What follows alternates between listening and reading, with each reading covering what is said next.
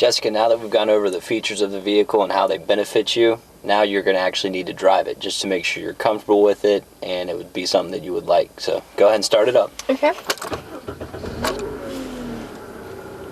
And put that in reverse. Go ahead and go. And we're ready. All right.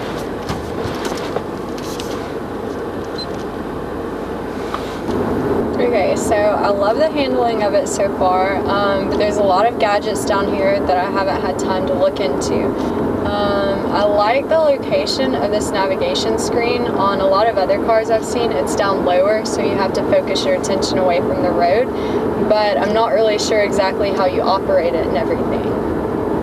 Well, this will actually be your main control. It used to be touchscreen. Oh, okay. But now it's actually voice activated.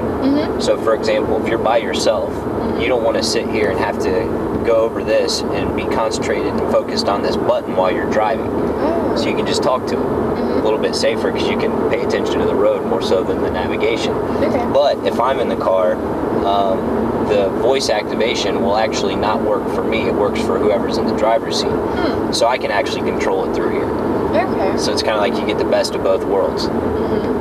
So I can control it, but at the same time you can control it and still be safe. You'll actually take a right at the light. All right. But as you were saying before, yeah, on the older models, they actually used to have the navigation screen down here. And that actually took your attention away from the road and to where you had to look down. Now it's more so on eye level. So you can focus more on the road and you're driving rather than just the navigation. So it's a little bit more safe. Okay. Do you feel like you can reach all the instrument buttons and everything? Yeah, they well? feel really comfortable where I am. I noticed that it has this dual climate. That's really nice. Yeah, that's for, like, for example, two people are rarely the same temperature. Yeah. Very, very rare. So you can accomplish one climate zone over here to where you're comfortable, and then I can be comfortable at the same time. Kind of like we have now. Okay, great. And so my voice activation for the GPS is all right here? Correct. It's right there, again, so you don't have to take your attention away from the road and control it from down here. It's on the steering wheel right there, so it's pretty convenient. You also have Bluetooth, which, do you ever talk on the phone while driving? Yes. I'm sure you do. Don't tell. But all that is, you just press the button over there, and it actually controls your Bluetooth.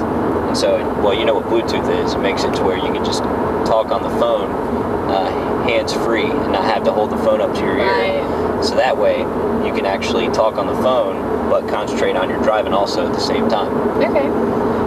Now, if someone pulls up beside you, they may think you're crazy because it looks like you're talking to yourself and you don't have a phone up to your ear, but at least you'll be safe. Right. Very cool. So it has the CD and MP3 player 6-disc changer. Yeah, it has 6 discs. Now, generally, I mean, if you have an iPod, you're probably not going to need all 6 discs. You probably just generally play the music through your iPod because you have such a wide selection of music on your iPod. Right. But your 6 disc is located there, and then your iPod, your auxiliary jack is actually going to be in the center console. Oh, okay. So you would actually run the wire from the auxiliary jack to your iPod, and then you can control the music through your iPod. Okay, great. What kind of sound system is it? You're going to have 7 speakers, and you actually have a sub in the back also. So you're going to have an upgraded sound system also. So it should be plenty of power as far as the sound system goes. Okay, perfect. You obviously listen to a lot of music. Yeah, I do. I'm pretty into that. It's really important to me. As far as the drive go, how does the overall feel of the vehicle? It feels really comfortable. The seats are a lot more cushy than I expected them to be. I didn't realize that they had lumbar support that you could change, which is really nice. The pedals feel comfortable to me. I like the way that the steering wheel is designed because I tend to hold right here or up here, and I know a lot of cars, they have it cut right in the middle, so it's kind of hard to get to. As far as your mirrors go, do you feel like your line of sight is good? I do. The rear view mirror is nice, and also the side mirrors, they feel comfortable. What does this do?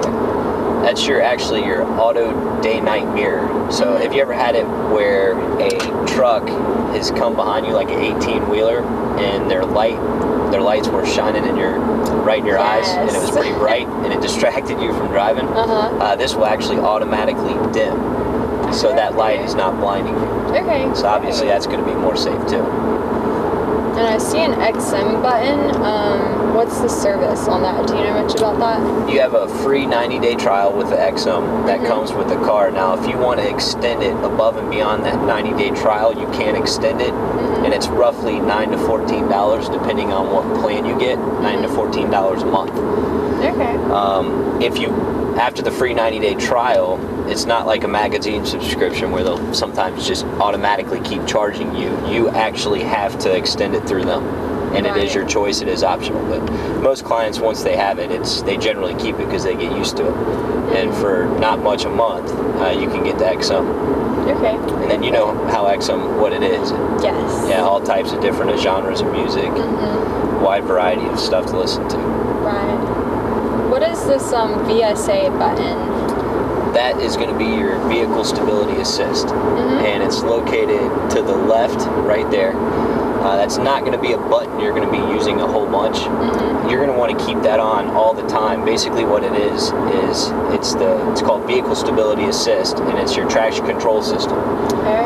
So for example, if you go into a corner really quickly or too fast, it's actually going to apply it's going to recognize that first, then it's going to apply the efficient amount of brake pressure to whatever tire it needs to keep you at maximum traction and correct the oversteer or understeer of the vehicle. Okay. Now, I wasn't sure, is this car front wheel drive or rear wheel drive? It's front wheel drive. Okay. Yeah, there's only one product that Honda makes that's rear wheel drive, and that's the S2000. It's geared more towards a performance vehicle. So that's when you would want your VSA off. Correct. Depends on what you're trying to do. Another time you want your VSA off is if you get stuck in the mud, which I don't know. You're probably not going to be doing a lot of off-road in this car. I hope not, but it would actually work against you as far as getting out of the mud. Okay. Perfect. Other than that, though, that's a feature that you're going to want to keep on all the time. Okay, great. Well, I think that's about all the questions that I have if you want to head back to the dealership. Okay. Sounds great.